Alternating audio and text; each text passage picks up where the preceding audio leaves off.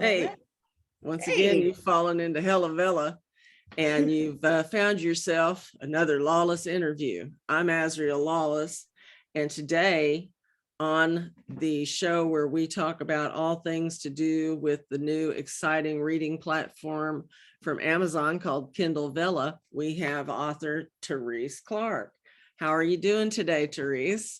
I'm great. Thanks for having me. Oh, yeah. Thank you so much for taking time out of your busy schedule to visit with me for a few minutes on Hella Vella here. Yeah, So, this is awesome. This is a really great idea that you've had. oh, no, sorry. No, I tell you what, I am a people person, and I love getting to talk with people and hear their stories and what makes them tick. Yeah. And, so this really works for me. Yeah. This is a, I don't know how it's going to become marketing for me, but someday it will be marketing for me as well, Right. Well, at least without me having to toot my own horn, because that's really hard for me, Terreece. I think it's hard for all of us, right? As writers. Well, there's a few that you can tell it comes pretty natural. You are right. You are right. Yeah. But I think for most of us, yeah, I think you're right. For most of us, we're reticent to get out there and put ourselves out there. A lot of us are reticent even to have our stuff read. Yeah. Yeah. Yeah. Of course, most Vellans have gotten over that now. Reading equals bonuses. So Right. Oh my goodness. Yes. Yeah, we're gonna take that shy little person and we're gonna stuff them in the closet. Right. When those checks start hitting. Yeah. We will find a way. Somehow to overcome and persevere. We will persevere because we are writers and the pen is mighty. Absolutely. So is that check. Indeed, my friend. Well, I'm going to ask you what I ask every other guest who comes on this, it does a Lawless interview. And that is, when did you start writing? So the earliest I can really remember is second grade. Second grade, Sister Michael Lynn's class. I put on a play, and I wrote the play, and she allowed me to put it on for our second grade class and the second grade class across the hall. So they came over and everything. And to date myself, we had to use carbon paper to make the copies. I don't know if you remember that, where you had to lift up the sheet and slide the paper in. And give me a break. Absolutely. Give me a break. Absolutely. So that was my first memory of like creating the play and getting the okay to do it. And like I said, spending way too many hours after school, like tracing over what I had written so I can make several copies. And I don't remember a lot about the play. I remember it was a kidnapping situation. You're a second grader, you're writing about a kidnapping. Exactly. Wow, so and we had to run through the coat room and all of these things. But it was well received. I remember people liking it. And so I thought that was cool. I enjoyed writing, but I didn't realize that could actually be a career. So and that's why I do what I do, because representation is so important. I didn't see other people who looked like me being a writer, so but I did remember when we had Black History Month at school, and they would put up all these different posters. They had one woman, her first name is Jane, and I cannot, for some reason now it's leaving me, but she was a broadcast journalist.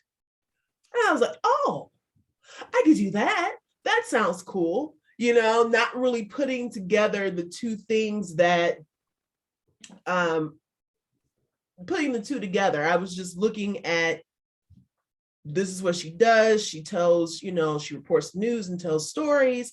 Cool. So, and that's what I went to college for. I went to college for broadcast journalism. Decided that was not my cup of tea to be on camera. And I liked print journalism a whole lot better. And so that was going to be my thing, print journalism.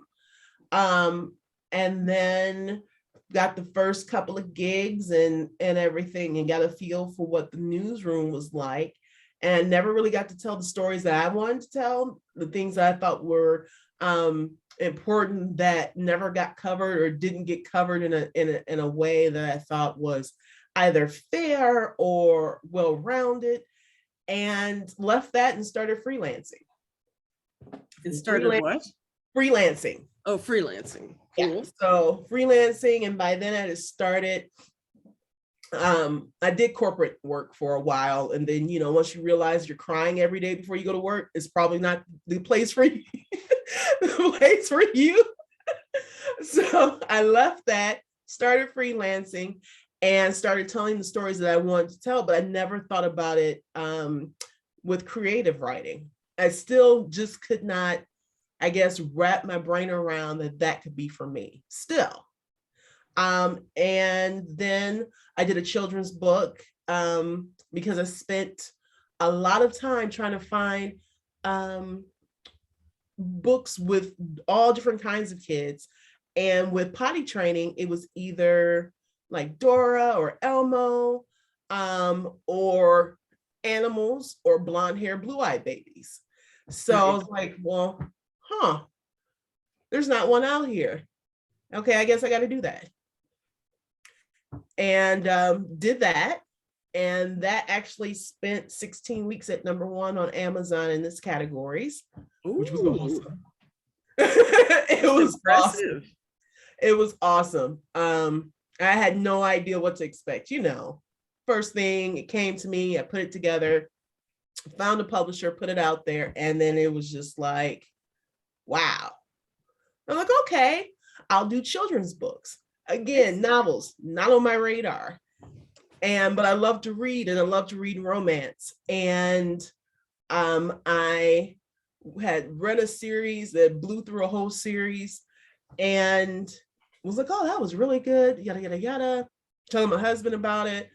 And the kids make fun of me because of the covers and the titles, right? They're what are you reading now? And so it was a topic of conversation that summer a lot on what I was reading, and they were just getting a kick out of it. All right. And one night I couldn't sleep because I kept having these bits of dialogue between two people running around in my head. And I'm like, oh, I gotta stop reading before I go to sleep then. Because it's showing up in my dreams, but these were not characters from the series. So I'm like, what in the world is going on? Okay, try to ignore it. I'm in the shower. Scenes of what these two people are doing, playing in my head. I'm like, okay, what's going on? No, we're going to keep on doing what we're doing. That is not what we do. And then finally, I was like, okay, well, I'm going to get a notebook because they're showing up when I'm listening to music. They're showing up when I'm in the shower. These people will not leave me alone. They're having these entire whole ass conversations that I did not invite them to have. So I got a spiral notebook. I was like, this is what I'm going to do. I'm just going to take some time, write the stuff out. Just write to get the voices out of your head, right? Get them to shut up. And next thing I knew, I had about 8 spiral notebooks of different scenes. They weren't linear. I don't tend to write linear, but of different scenes and everything. But I went through and numbered them just to see, what kind of order they might come in. And I had a whole book. Oh, okay. I guess this is something I just did. Oh, wow. Like, okay, so now what? And the hard part was, and I got inspired because, Alice Walker, she writes longhand on legal notepads. I remember watching an interview with her, and I love her work, always, always have. Um, and since second grade, when I read Color Purple, that I should not have been reading The Color Purple in second grade. No, Should no. not have been reading that, but that was, as long as that was one of those times where people were more so, as long as you're reading, who cares? Well, Color Purple, Flowers in the Attic, totally Yes. inappropriate, but awesome. So I remember seeing the interview. I was like, yeah, okay, I'll keep going. I won't type it out. I'll write it all out. Now I have all these notebooks. And it dawns on me, Alice Walker has people to transcribe her books.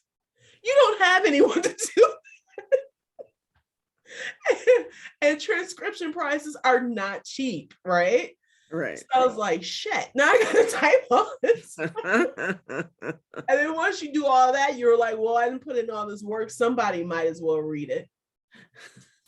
Sent it to a couple of friends and they loved it and they had such great reactions. But still, I was a chicken. This was like 2017, 2018, once I got it all typed out. And I just sat on it for years. Right. Some of the feedback I had gotten was, from published authors, like, well, it's a little long for romance. They usually run about this many words. And how many words is that? And by the way, we're up to talking about your Vella. Yes. Now we're talking about the Vella. Yeah. Just wanted to let everybody know. And sorry you'll about be that, able guys. to read that because the link will be in the description. So carry on. Yes. I'm sorry, I got so excited, right? Exactly. No, I just wanted to let them know this is the one you're talking about, the one that we want to talk about today. So we're up to that. Yeah, she sat on it since 2017, 2018. Went on back to work. Right. Went on back to work, went on back to freelancing, doing the things that were not expected, but maybe what I allowed myself to view of what I was doing and what I was supposed to be doing, between freelancing and digital marketing. Like that's, guaranteed money, because you're not getting like the work unless you pay me. But you know what I mean? Books are creative writing, I feel like is a risk. You know what I mean? When I think everyone feels that way. Yeah. Like, so when I'm in journalist mode and I'm, writing articles, there's only so much. You can love the article or hate it. You can not necessarily like the writing style, or you can disagree with maybe approach, but as long as I am objective and following our journalism tenets, and I have facts and all of these things to back it up. You know what I mean? There's only so much personal exposure you have. Right. Like creative writing, I mean, it's coming out of your head, it's coming out of your heart. And to do that, to take that and then give it to people, it's one thing to give it to people, because they'll be gentle usually. It's another thing to give it to the world and allow them to not only, it feels almost like allow them to judge what is in your head. You know what I mean? And I think as writers, our heads are crazy places, right? They're a little, so it's I had to sit on it until it felt comfortable. And then you sit so long and people know you've done it. Now you're embarrassed to even put it out because why did you sit so long? There's all those things that you get into your head. And wow. So, but Vella popped up, the platform. Wait. Say the name of your series. Tell everyone the name of your series. No, see, I would have told my clients. There's no way you should have gone this far without saying it. So the name of my story is Heartbeat. Right now it's listed Heartbeat, a hometown novel. I'm changing that last bit and it's going to be Heartbeat of Courageous Love. And it's a part of a series. So they all take place in various towns, but the core of the series and the core of this story is just about a courageous love that not only overcomes a lot of outside forces, but as with romance, you know, it's overcoming those internal doubts and expectations that we have of ourselves and who we expect we're going to be with. So very cool. That's the book. That's the book. All right. That's the book. And the Vella. So why Vella worked was because it's serial. And I was thinking, well, if it's serial, hell, it doesn't matter how long it is. It's episodic. I can, you know, episodes can go on forever or whatever, but I can make sure that I get to include everything that I love that might have gotten stripped down or relegated to you know, freebies for growing your newsletter list type of situation for those kind of chapters. So I was like, okay, well, this feels safe. This feels okay. I can put this out.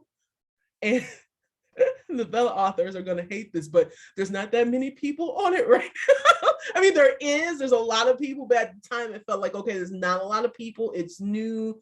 So I can kind of get that I won't say what I was going to say. I'll get my feet wet with publishing this side of my work, right? It's been amazing. I've been having a whole lot of fun. So, oh yeah. And really well received too by people who do not know me, who do not have to worry about seeing me, you know, in the grocery store, just people who like a good story. So yeah, it's awesome. Yeah, and I was looking. I'm pulling it back up just so I can see. And just let me correct her here, people. She said Heartbeat, a hometown novel. And if you're seeing this on the day it's created, it probably have had time to change. But it's a hometown hero novel. Okay. Hometown hero novel. And I was just looking to see how many episodes you had there, Terreece. So that's, do you remember how many you have? I think we are up to, good 50 or so.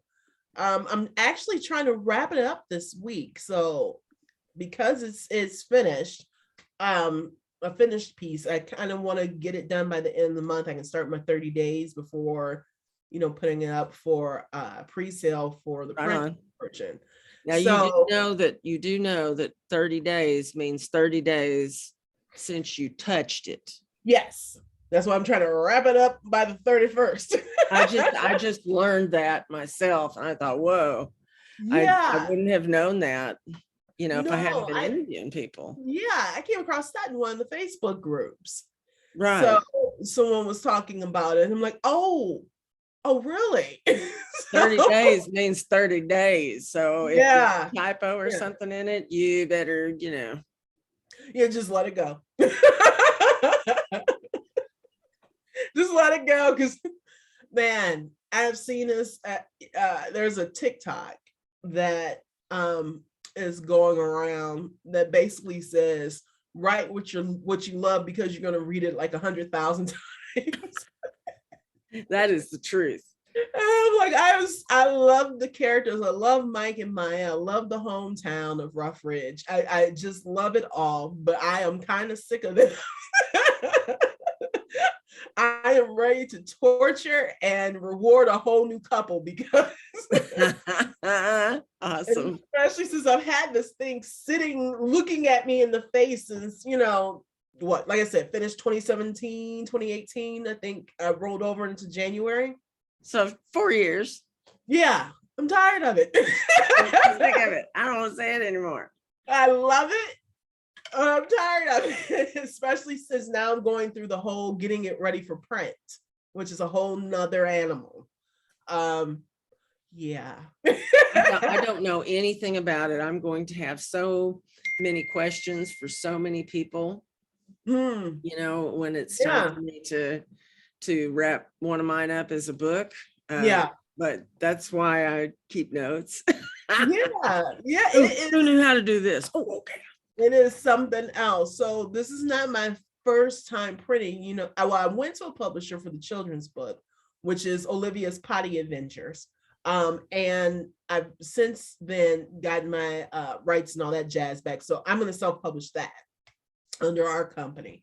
But so that one was kind of easy when you go with a publisher, because they kind of take care of those ins and outs, the formatting, the edits and finding the illustrator and all of that stuff. Right. So you kind of, with my marketing background, it definitely helped with a lot of the marketing, but you do the marketing and you show up and you're pretty and you sign books and you give little talks, and that, that sort of thing is great. So my daughter is now published, and she wrote an anthology and got a lot of other girls from across the country to write about their experiences as being a Black girl in a majority white school.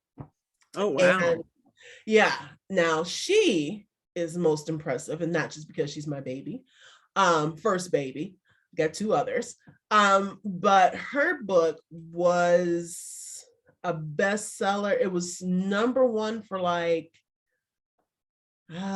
want to say 12 weeks, but it was top 10 in her categories for bestseller for 34 weeks was the last one we saw. And people, her daughter, we were just talking before we hit record, she's only 18 years old. Right. She wrote and released the book when she was 16. So her senior year in high school. So we published that through our company. And so that one we were definitely more hands-on with. And it's a lot of freaking work. It's a lot of work. And I think it's so many different steps. Well, I'm just going to publish through Kindle. Yeah. Through Kindle. And even though, their artwork is garbage and stuff, that's what everybody says. When they get, they're like, oh, their covers are garbage. Well, I might just have a garbage cover the first time. Right. Because I'm trying to learn. And if you're trying to learn, in my experience, if you wait till every step is perfect, you probably will burn out and toss the project before you ever get it done. Right. Yeah, right? Absolutely. It's even with her youthful zeal, it was still a lot. So we do print on demand through KDP, but also through Ingram Spark. So that the smaller bookstores that don't necessarily want to buy from Amazon, you know how that goes, having a distributor for that.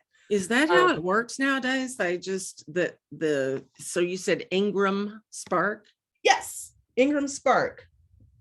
They're awesome. So far, we've really enjoyed our experience with them. Small on-demand press? Mm-hmm. Awesome. And then I didn't know this until last week. Barnes & Noble has a press. I had no idea. So we're getting ready to have her release there. She's on their keep touching my eyes. My allergies are killing me. She's on their website already with the book. So I think they might get it from Ingram, but they have their own press as well. So I was like, oh, okay, learn something new. So wow. Yeah. So you guys will just go in there and you'll put her book up there and you'll format it for B&N. Mm-hmm. And so B&N shoppers will then just click. Yeah. Give you the book. It's in there, what have you. So they, you can go in or call in to the store and order it. So you can go and pick it up. And yeah. Wow. I had no idea. Yeah. So she's just, it keeps on moving. The marketing side, I'm more familiar with. I've done it with clients. I've done it, we did it with her. So that part is easy. This editing and book covering and choosing the this and making sure you have the that, and oh my God. But each time I check off a tick on the very long to-do list, I get even more excited. Right. So There will eventually be no more boxes to check. right. Yes. And then you think you're done, but no, you still have to continue to market. Well, and I was going to ask you, okay, so we know your Vella is called Heartbeat, a hometown hero novel, right? Yes. Just it'll only be called that like another day or two, people, because she's changing it to Heartbeat, a courageous love. So the search engines I find on Vella are not that great. So if people are searching for your thing, but we'll have a link to it in the description. But are you reading Vella's currently? Are you reading any other Vella's? I am. So I've taken about a pause in the last maybe 3 weeks. Because I work full-time right now for a tech company. So my 9 to 5 is, and so my writing time and the prep work for all of this, and the second story characters are knocking on my head. And I've gotten quite a few chapters out already when I first wrote the first book.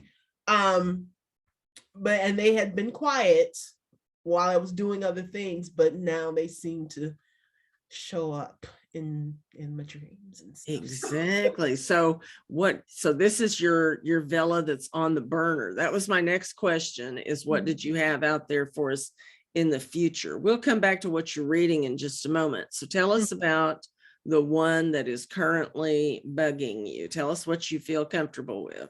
Oh yeah. So I don't have a title for it yet.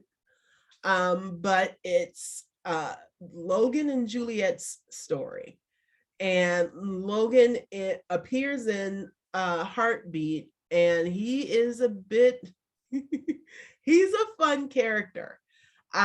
He has a tendency to want to be by himself and alone. Juliet and Logan met in college over an embarrassing situation for Juliet. And Logan ended up leaving school and heading off to military service. So they didn't see each other again, but they parted on good ways. Just, it was embarrassing for her. And when she moves to Colorado, guess who is her neighbor? Ooh. Yeah. So it's another one of those types of stories that you feel terrible for the characters when they're going through it, but the reward is so worth it. Right. So I love it. I'm trying to think, can I say why one of the things is hard? I'll put it this way. When Juliet arrives in Colorado and moves next door to him, she's married. Oh. And they're not cheating. So. And that makes it difficult there. Yeah. Yeah. It makes it difficult for him. She was that crush. And he distances himself because that is the right thing to do. Yes. But I'll just say this, because this is not a surprise part. It's like right there in the beginning. Her husband dies. Ooh. And so there these two are. But it's not one of those, okay, well, my husband's dead, now let's get to it. Yeah. It's not that. That's a tough sell. Yeah, he was a really great guy. So there's a lot of just, how do you deal with grief? How do you deal with accepting something new? When is the right time? All of that. So yeah, I'm excited to really get into it. Those are some real emotions you're dealing with there. Yeah. So what are you calling this? Or you call there's all right. Let's talk about the 6. All right. Do you have your doors open? Or Oh, are they doors are closed? open, girlfriend. Doors are open and you are in it like it's you. Oh, I see. I Oh see. yeah. Oh yeah. Okay, so it's So flung open doors on sex. So it's a contemporary romance then. absolutely. It's contemporary romance. It's not, it hasn't slid into erotica, which I also love, but it hasn't slid into that. Me and my husband had a It big hasn't done what? slid into erotica. Slid? Did we say slid into Slid. erotica? Did we Yes, it really? has not. It did not, you know. But because this, the story is the center point, but it is adult, open, and frank. I'll put it that way, and fun. You heard it here, people. There's the link.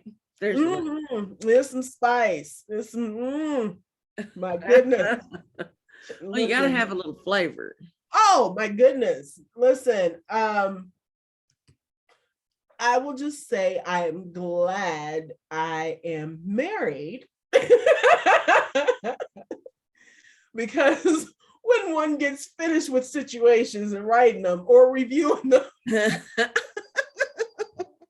nice to have an outlet. Indeed, indeed. Oh yeah, it's hot. Mike is, oh, he's 6'9". Yeah, all right. All Muscle. right. Well, I'm glad to hear it. I'm glad. I wasn't rolling my eyes. I'm looking up. There's a plane flying very, very low. Oh goodness. I'm in front of a huge window, so I'm like a crow. Well, I'm pretty excited. That sounds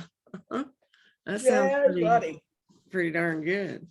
So, what were we talking about? Where were? I have no idea. What? What? No. I didn't got distracted with my own characters. Is it hot in here? I mean, just a little bit. I remember. I wrote it down. What are the Vellas that you like to read? And I'm putting you on the spot here. I know this question is hard for everyone. Yeah, nobody can remember the names. Ones. Yeah, let me pull up I'm looking at my phone now because I don't want to mess up their names or anything. I want to make sure I give them their props. So, I am digging. Hold on, let me scroll. Just as I'm scrolling, that shows you how many crazy number of books I got on my Kindle. Now, are you looking at that on the Kindle app, or are you looking through a browser? Yeah. And I'm so glad they're on the Kindle app now. Yes, yes. So I am reading Duty to Love by Burnett, or I think it's Burnett, Brynnett Turner. That one's really good. It's FBI story, and there's got romance in it. I'm big on romance, so. How are you? Yeah, just a little bit. I checked out Bride of the Shifter King. I never before Vella's never read like any shifter stories, so those are pretty darn cool. Oh, so I like that one. That one's by Emily Shore. Another one is really good. It's really cute, cosplay worthy, because I'm a big nerd. I love comic books. I love cosplay. I go to Comic-Con. I watch all of the superhero movies and the TV shows and everything they come out with. So it's called Cosplay Worthy, and it's by Kiana Glide. I think I saw that. Yeah, it has a super cute little cover for it and everything. Let's see, another good one that's really naughty. The Pleasure Palace by Madame Cherry. So all right. The Pleasure Palace. Yes. So that's wild. I was like, oh, all right. Okay then. Spicy. All righty then. Yeah, so those are the couple of ones that recently, like I've finished all of season 1 of Duty to Love, and I believe season 2 has started. And like I said, cosplay worthy is it's adorable. I absolutely love it. All right. Excuse me. So yeah, those are the couple of ones I got. I got more, but those are the ones I wanted to call out. Well, those are great. And people who are listening to this interview, there are going to be links. It'll be way down at the bottom. We're going to put everything for Terreece in there first, and then we'll put the shout out.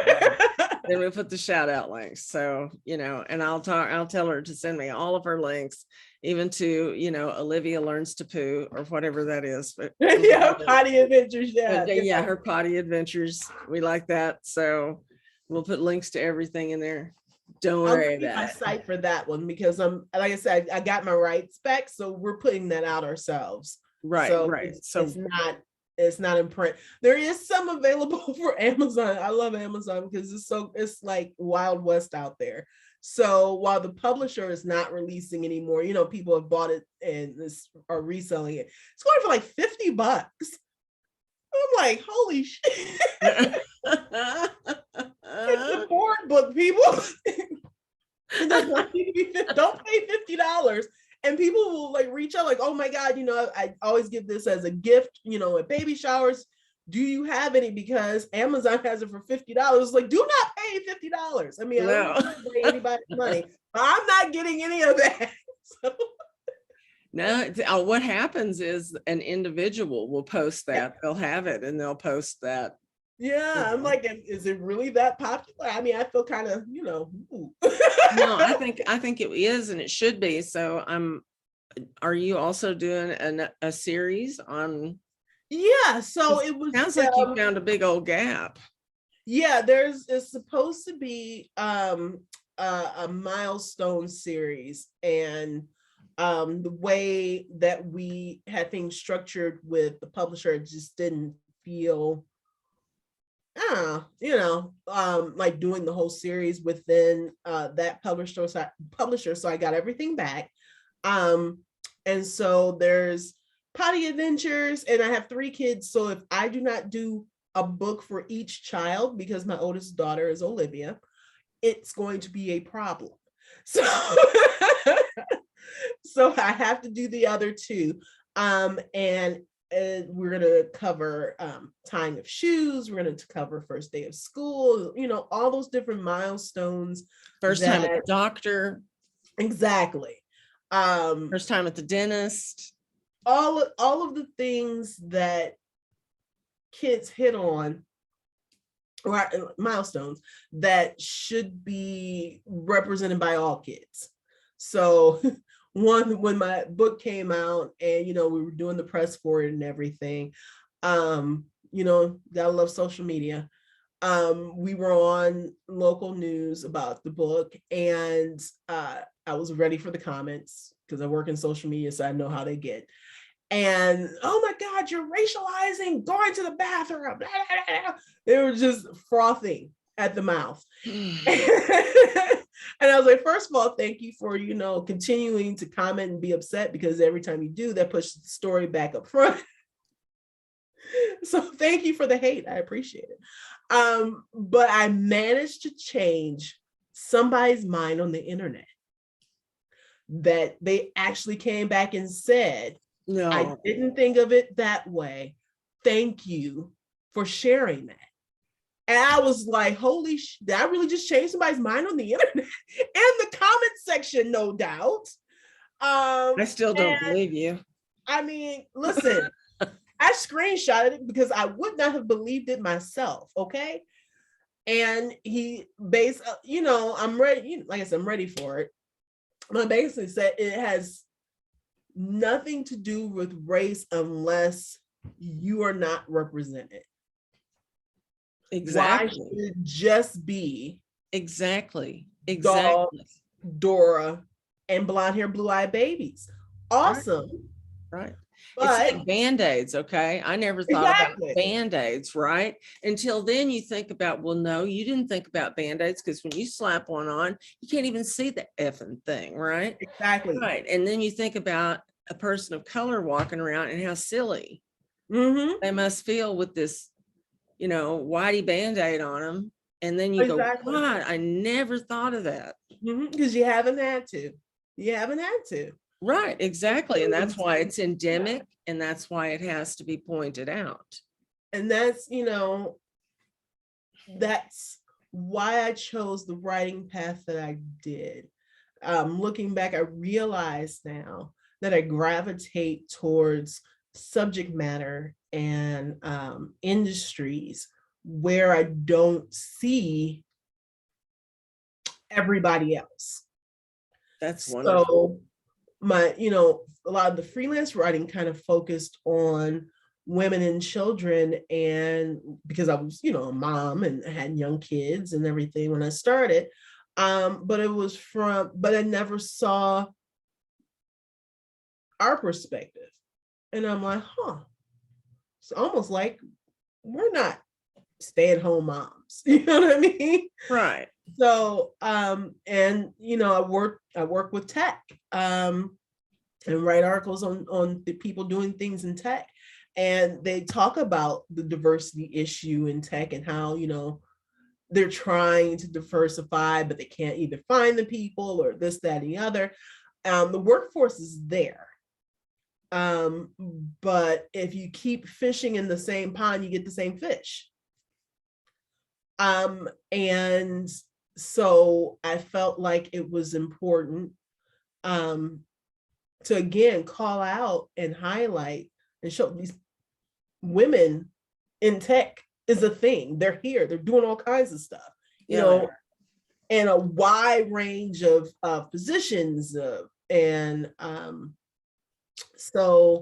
then women of color, people of color in general, and then folks from rural backgrounds. It's not just people who grow up in cities that make a living in tech. You know what I mean? You don't have to come from Silicon Valley. You don't have to come from MIT and Harvard and Yale. They're all wonderful schools, but I'm in Ohio and we have Battelle and Ohio State, and you know what I mean? So yeah, with Heartbeat and the series to come, which, like I said, I love romance and I love writing about love, and my main characters for the next 4 books I have planned are Black women.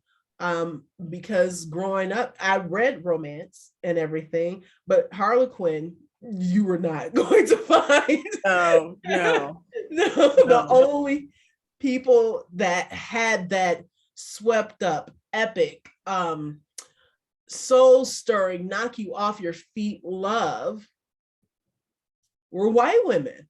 Right. And, it doesn't, you see it once you understand, I guess, and once you have a way to voice what you're missing, you understand what you're missing. So when I was young, it's just how it was. You know what I mean? It didn't occur to you that it could be any other way. But as we all continue to grow and learn and have these conversations that are important to have, we're being able to voice and give what did I tell my daughter? Because with her book, I thanked her and her generation for giving the vocabulary. Yes, exactly. Just we didn't have it. We didn't have the vocabulary. We didn't have, and we had You must name a thing to actually know it. You must name a thing. And so that makes it easier to explain. It makes it easier to have the conversation because now you know what I'm talking about. You know what I mean? And so yeah, that's one of my motivating things, because everybody deserves that, to see themselves in these stories, right. Whether it's erotica or historical romance, or like it's a contemporary romance that I do, I mean, who doesn't want to be swept off their feet and romanced and, overcome and have great sex. Overpower. My love. Exactly. Great sex and love and on your terms. You know what I mean? Right. With right. Cultural references that you grew up with, that are not necessarily in the picture in your head, not mainstream. Right. In the picture in your head aligned with who you are. Right. So that it becomes more relatable for you. Exactly. And it's, wow. I also want to make sure that while my characters are diverse, a lot of feedback that we get as authors who write about diverse characters. Oh, I didn't like it because I couldn't see myself in it. For women, you've never been a woman. You've never met a hot guy. You know what I mean? You can see yourself in the exact same story if I made her blonde hair, blue-eyed. And you're a pioneer. You're a pioneer because Beverly Jenkins is the pioneer. That woman can write her tush off. And and the romance that she put down, and still to this day, I mean, she's churning them out, and it's amazing. There are a lot of women who've done far more than me. This is my first little novel. Well, I didn't mean to no, I know. But I still see the grand dames, get their props at all times. But I'm excited about it. I'm excited. But are these grand dames on Vella? They are not. They are not. Do I care? No. That is true. They should be, because I like the idea. Oh, I am making a huge mess. I just dropped my light. But I like the idea of established authors coming into the field too. I think they used to do serialized stories all the time. Yes. And, who didn't grow up watching Young and the Restless or General Hospital or Guiding Light, Dark Shadows.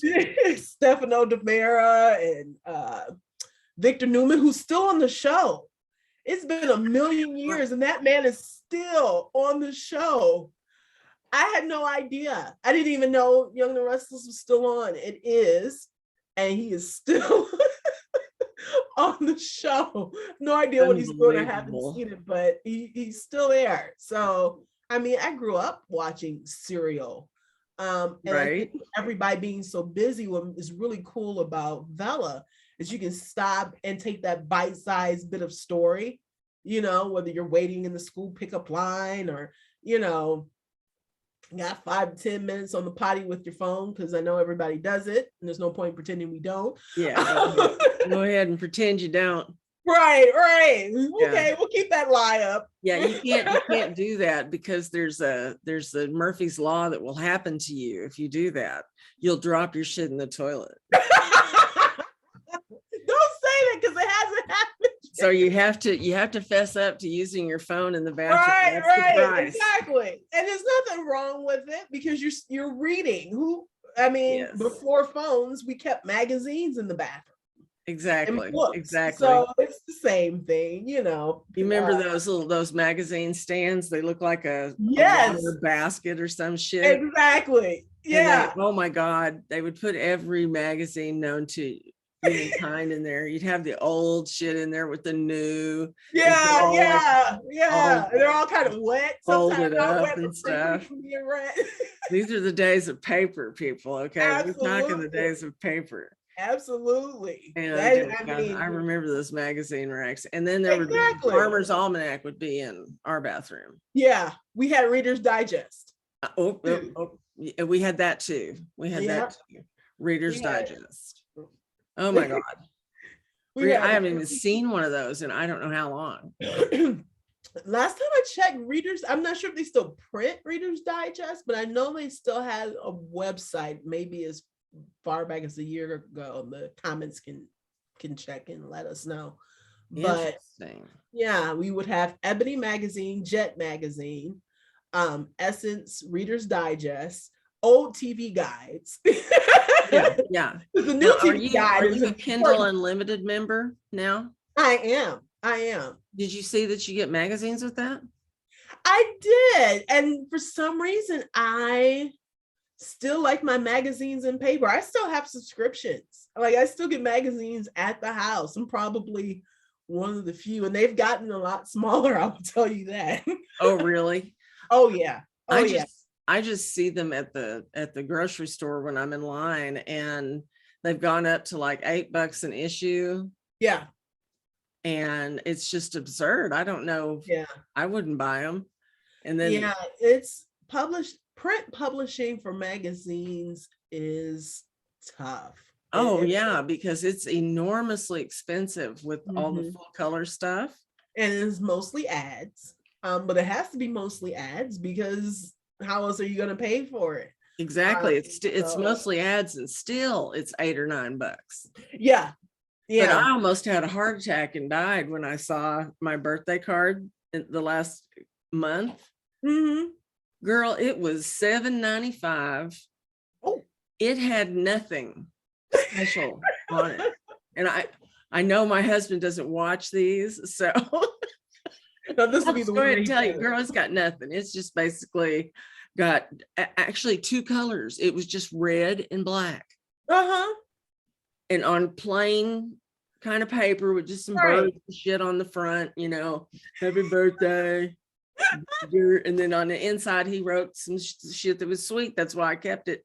But I Right. flipped it over because I was picking it up, and I $7.95 for this Yeah. nothing Uh-huh.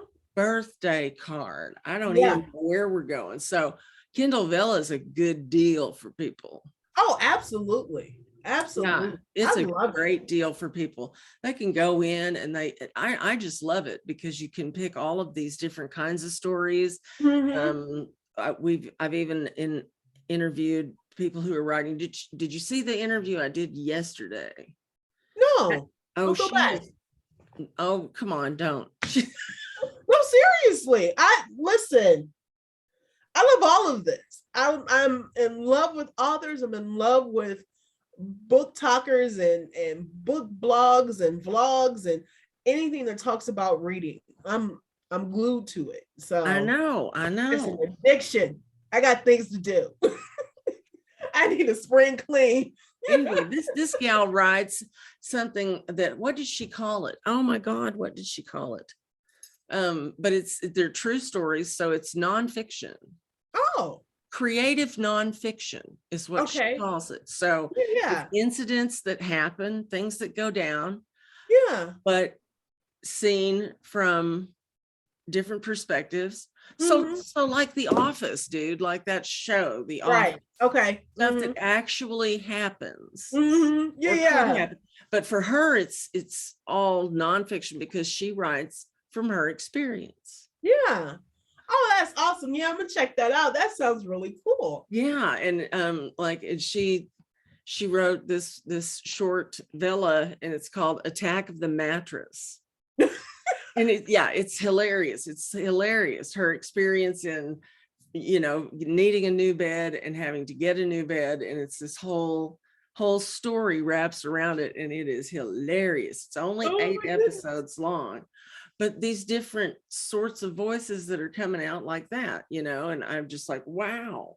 And yours is just That is the amazing. beauty. Yeah, And that's the beauty of being able to use these platforms. You lose a lot of the keys, or I would say gatekeepers lose a lot of the keys. And then it's allowing everybody to be heard and to experiment and um, to put out, you know, good, bad, or indifferent work. And I think that's awesome. I do too. And this is the experience I've had in being out there and reading a bunch of different Vellas, tons of different ones. Mm-hmm. I've been shocked, frankly, because I expected to find a lot more really bad stuff, Mm-hmm. like garbage, basically. Yeah. And Yeah. I haven't. No, there are really good stories, even stories that I may have picked up and read a couple of episodes and it wasn't quite for me. Well, right. It wasn't because of quality. It just wasn't wasn't my Wasn't your thing. jam. Right. But I'm able to pick them up and look at them. You know what I mean? And Right.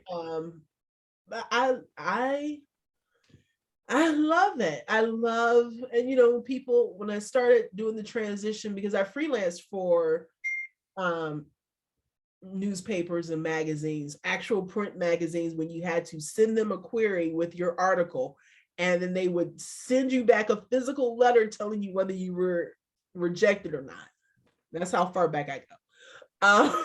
Yes. When we started making that transition to digital, it's so funny because it was like, oh, you write online? Ew.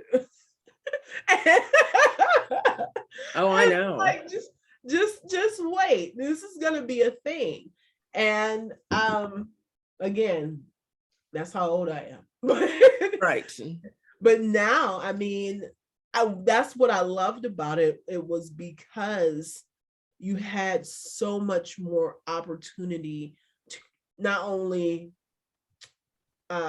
be accepted or whatever to like mainstream pubs or whatever, but also to create your own space.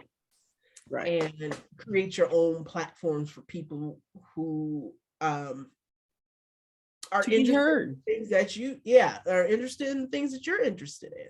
That's exactly. the joy and the horror of the internet, is that there's something there's something for everybody, right? You can find your group, your clan, your niche, or what have you. Is just, some of those groups, clans, and niches are horrifying.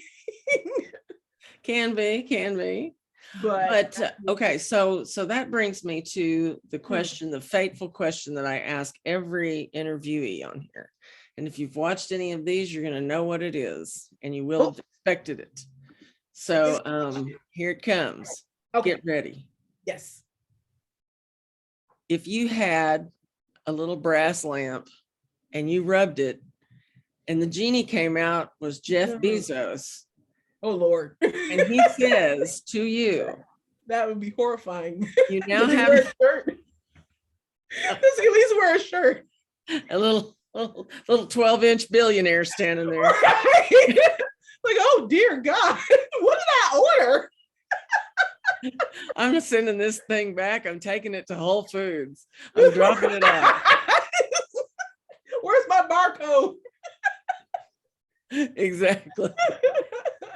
Okay, but he pops out and he tells you that you are now the keeper of the keys to the Vella platform.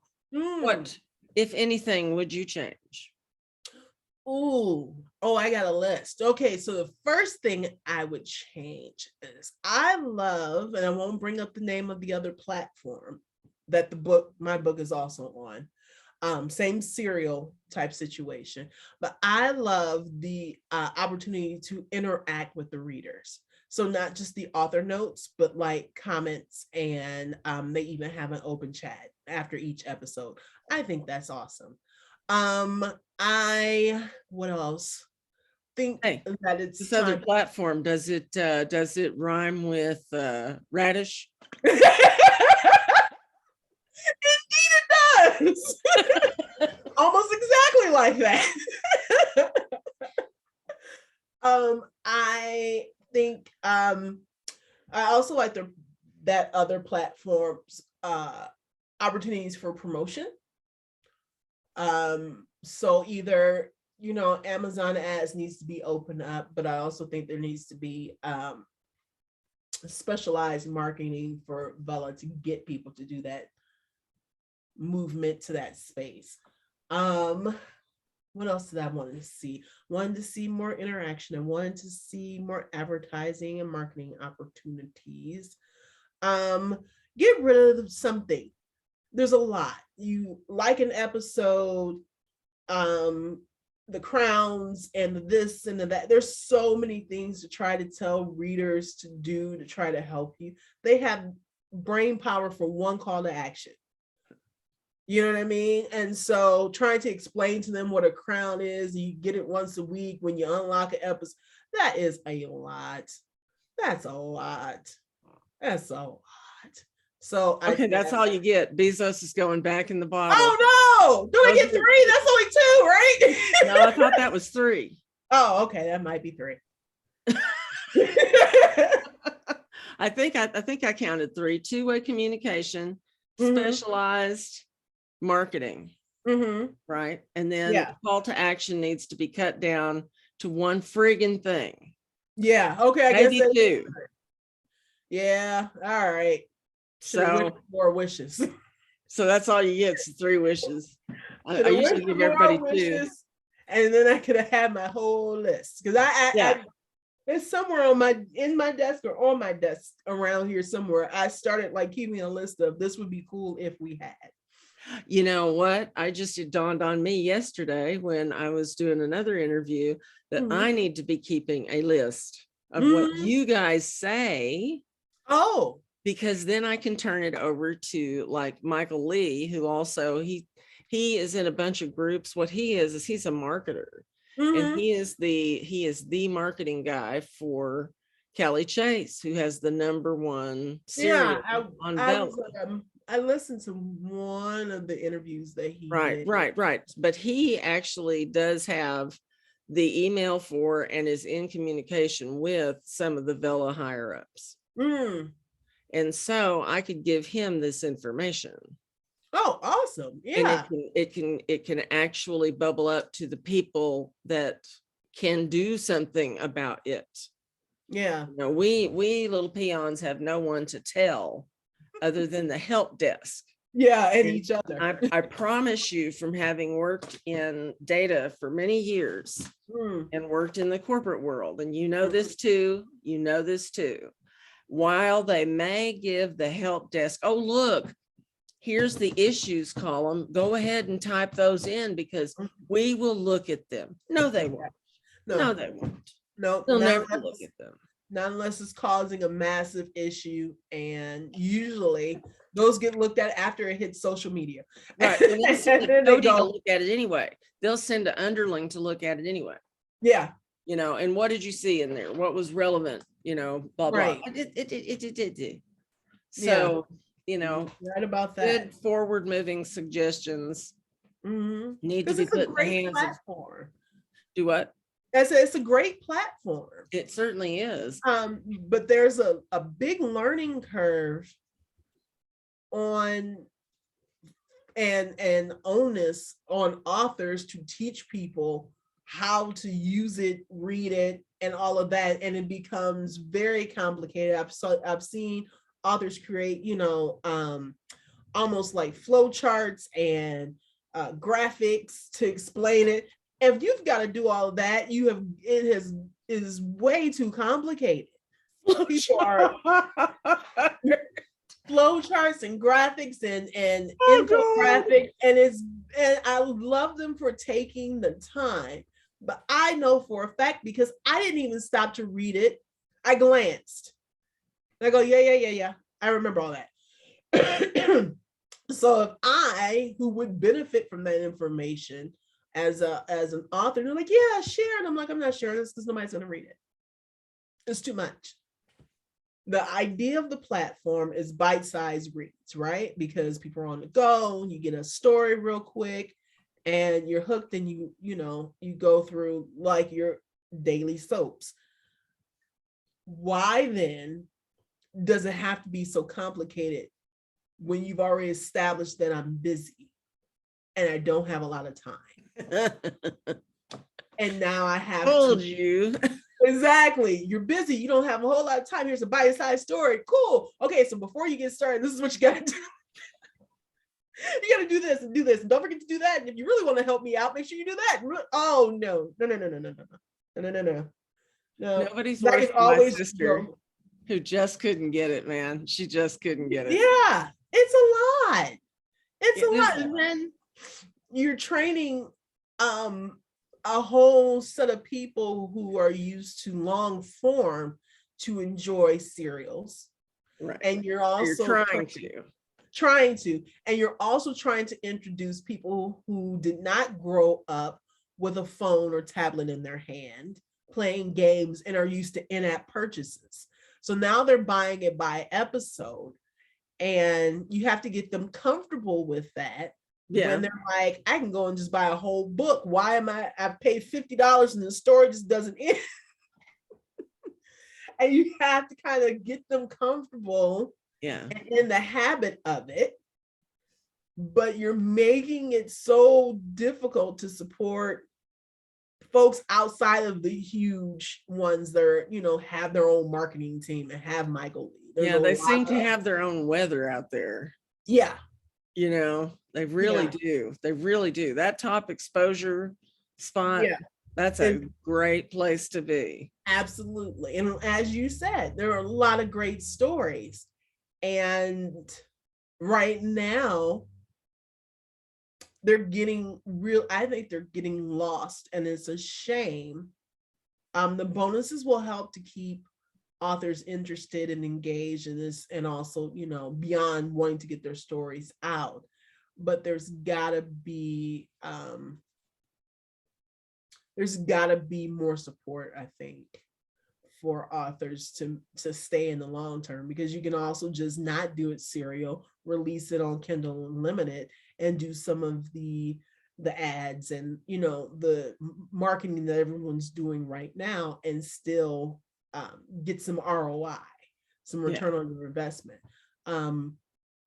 So I mean, it's new and it's got some growing pains and things, but there's definitely, they need to widen the net, or the love, the spotlight, whatever you Yeah, want to share the love.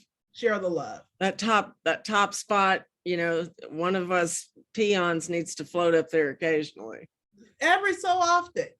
Like, I don't even look at them anymore because it's the same people. I'm like, okay. Right, it's the same people.